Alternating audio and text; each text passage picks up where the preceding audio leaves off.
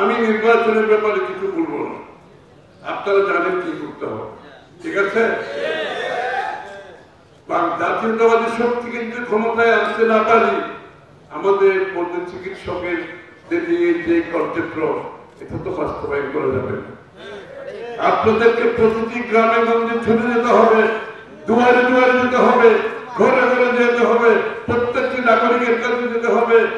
বাংলাদেশ জাতীয়তাবাদী দল তারেক রহমানের নেতৃত্বে আগামী নির্বাচনে বিশাল জয়ের মাধ্যমে যদি আমরা ক্ষমতায় যেতে পারি, ইনশাআল্লাহ আমাদের চিকিৎসা।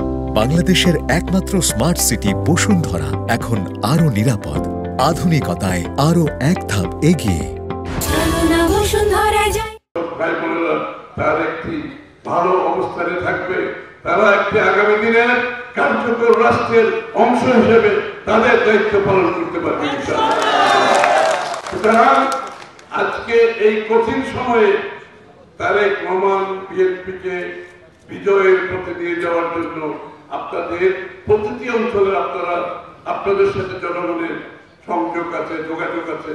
আপনাদের দায়িত্ব আজকের থেকে নির্বাচনের ফলাফল না পাওয়া পর্যন্ত সকলকে আপনাদের দায়িত্ব পালন করতে হবে। এটা আমাদের বড় দায়িত্ব। এই মুহূর্তে বাংলাদেশকে বাঁচাতে হলে, স্বাধীন সার্বভৌম রাষ্ট্র হিসেবে বাঁচাতে হলে এই নির্বাচনে বাংলাদেশ জাতীয়তাবাদী দলকে বিজয়ী করতে হবে। তাহলে প্রত্যেকটি পরিবারের এই যে অতিরিক্ত টাকা প্রত্যেকটি পরিবারের জীবনযাত্রার মানকে উন্নয়ন করবে, এটা অনেক বড় সিদ্ধান্ত। কিন্তু এটার জন্য বাংলাদেশ সরকারের অনেক বড় অর্থ বিনিয়োগ করতে হবে। এই জন্য আমরা স্বাস্থ্য সেবা, শিক্ষার জন্য জিডিপি 5% পর্যন্ত বরাদ্দের কথা বলেছি, যেটা এখন 1% থেকে 2% মধ্যে ঘোরাঘুরি করতেছে। আপনি তো বিনিয়োগ করতে হবে। বাংলাদেশের মানুষের স্বাস্থ্য সেবা দিতে না পারলে তাহলে আপনি নাগরিকের যে প্রতি আপনার যে কমিটমেন্ট, সেটা কোথায় থাকে? তার শিক্ষা স্বাস্থ্য নিশ্চিত করতে হবে। এদেরকে, জনগণকে বাংলাদেশের সম্পদে পরিণত করতে হবে। সম্পদে পরিণত করতে হলে তার স্বাস্থ্য নিতে হবে, সুস্বাস্থ্য থাকতে হবে, তার শিক্ষিত থাকতে হবে, তাকে দক্ষ শ্রমশক্তি হিসেবে গড়ে তুলতে হবে।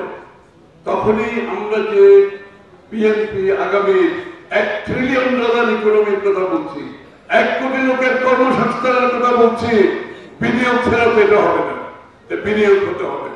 আমরা সিদ্ধান্ত নিয়েছি এই 2 খাতে বিনিয়োগ হবে। জনগণকে জনসম্পদে পরিণত করবো ইনশাআল্লাহ। সেই জনসম্পদ আগামী দিনে বাংলাদেশের আরো 1 কোটি মানুষ সেখানে চাকরি কর্মতে যোগদান দেবে, কর্মসংস্থানে যোগ দেবে। দেশের ভিতরে, দেশের বাইরে আত্মকর্মসংস্থান সৃষ্টি হবে। তার মধ্যে আমাদের পল্লী চিকিৎসক ভাই বোনেরা অন্যতম স্থান দখল করে থাকবে। আগামী